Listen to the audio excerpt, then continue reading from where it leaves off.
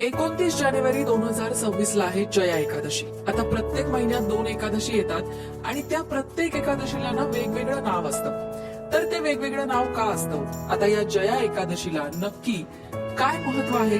त्याचबरोबर जर तुम्हाला आर्थिक अडचणी असतील तर जया एकादशीला कुठले उपाय करावेत आणि सगळ्यात महत्वाचं एकादशीचा उपवास केल्याने नक्की काय लाभ होतो, या सगळ्या प्रश्नांची उत्तरं या व्हिडिओ थोडक्यात देण्याचा प्रयत्न करणार आहोत. चला तर मग सुरुवात करूया.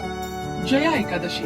या जया एकादशीलाच भीष्म एकादशी असं सुद्धा म्हणतात. मित्रांनो, जया एकादशीचं महत्व श्रीकृष्णाने युधिष्ठिराला समजावलं होतं. या एकादशीमुळे मन आणि शरीर एकाग्र होतं. जया एकादशीचं व्रत करणाऱ्यांना शारीरिक आणि मानसिक व्याधीतूनही मुक्तता मिळते.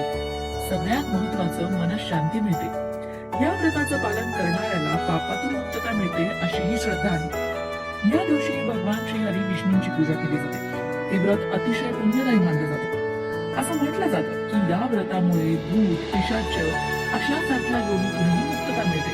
आता अगदीच तुम्हाला व्रत करायला जमलं नाही तरी 3 गोष्टी अशा आहेत ज्या तुम्ही करू शकता, ज्यामुळे माता लक्ष्मीची कृपा तुमच्यावर होईल. जया एकादशीचं व्रत केल्यामुळे धनसंपत्तीत वाढ होते आणि आपल्याला दैनंदिन कार्यातही यश प्राप्त होते. तेच काम या 3 गोष्टींनी सुद्धा होणार आहे. कोणत्या आहेत त्या 3 गोष्टी? त्यात सगळ्यात पहिली गोष्ट आहे, 3 प्रकारची झाडं आहेत. त्यापैकी कुठलंही एक झाड जया एकादशीला तुम्ही लावा. जया एकादशीच्या दिवशी आपल्या अंगणामध्ये, गॅलरीमध्ये 3 झाडं किंवा 3 रोपं अशी आहेत जी आवर्जून लावायला हवी. 3ही लावायला जमली नाहीत तर कमीत कमी 1 तरी लावावं. आणि ती 3 रोपं म्हणजे तुळशीचं रोप, झेंडूच्या फुलांचं रोप आणि आवळ्याचं रोप. आता यापैकी तुळशीचं रोप अर्थात तुमच्याकडे असणार. ज्यांच्याकडे ते नसेल आणि ज्यांना ते लावायचे ते जया एकादशीच्या दिवशी 1 फेब्रुवारीला लावू शकतात. जया एकादशीला तुळशीचं रोप लावणं अतिशय शुभ मानलं जातं.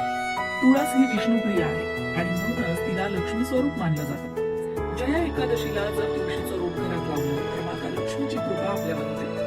आता जर तुमच्याकडे तुळस आधीच लावलेली असेल तर तुम्ही झेंडूच्या फुलांचं रोप लावू शकता. झेंडूच्या फुलांचं झाड सुद्धा अत्यंत पवित्र मानले गेले, म्हणून तर झेंडूची फुलं प्रत्येक शुभ कार्यात आपण वापरतो. धार्मिक ग्रंथांनुसार आवळा वनस्पतीमध्ये सुद्धा भगवान श्री हरी विष्णूंचा वास असतो. त्यामुळेच जया एकादशीच्या दिवशी तुम्ही आवळ्याचं रोप सुद्धा घरी लावू शकता. आता बघूया की आर्थिक संकटातून मुक्तीसाठी तुम्हाला काय उपाय करायचे. पिंपळाच्या पानांनी भगवान श्री हरी विष्णूंची पूजा करा. पिंपळाच्या पानावर 12 संपूर्ण बदाम ठेवा आणि ते भगवान श्री हरी विष्णूंना अर्पण करा.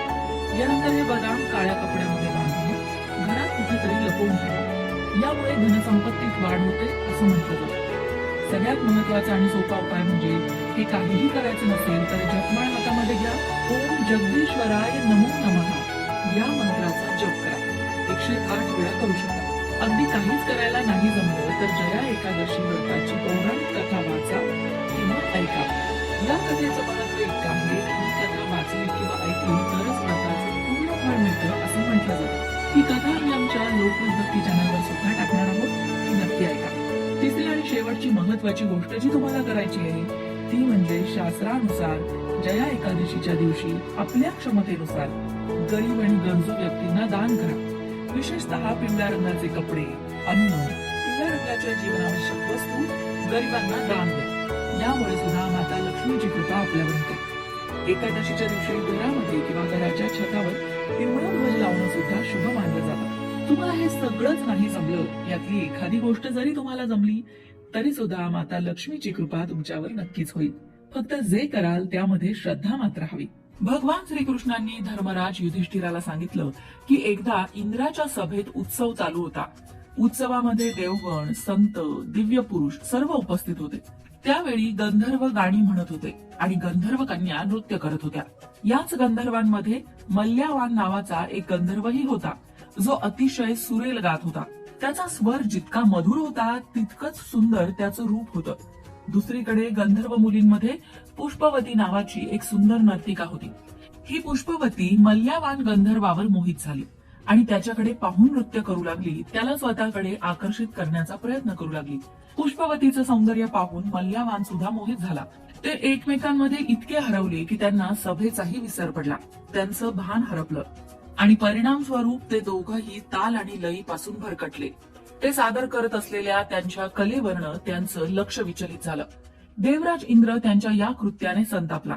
देवराज इंद्राने त्यांना शाप दिला की तुम्ही स्वर्गापासून वंचित व्हाल आणि मृत्यू लोकामध्ये पिशाच्च्या सारखं जीवन जगाल. शापाच्या प्रभावाने ते दोघंही पिशाच्य योनीत गेले आणि तिथे त्रास भोगू लागले. पिशाच्य योनीतील जीवन वेदनादायक होते. दोघंही खूप दुःखी होते. एकेकाळी माघ महिन्यातील शुक्ल पक्षातील एकादशीचा दिवस होता.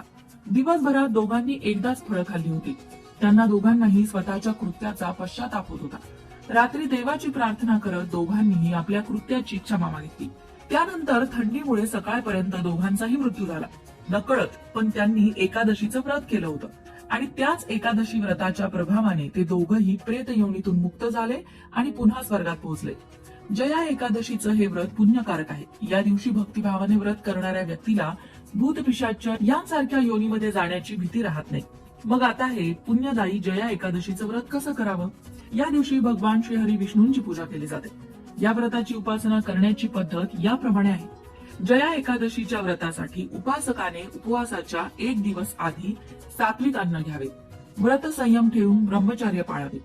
एकादशीच्या दिवशी सकाळी लवकर उठून स्नान करून धूप दीप फळे पंचामृत इत्यादी अर्पण करून भगवान श्री हरी विष्णूंची पूजा करावी.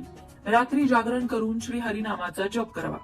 द्वादशीच्या दिवशी एखाद्या गरजू व्यक्तीला अन्नदान करून दानदक्षिणा देऊन व्रत सोडावं. यामुळे मोठ्या पुण्याची प्राप्ती होते. आणि त्याचबरोबर या एकादशीचं व्रत करत असताना व्रतकथा सुद्धा नक्की ऐकावी.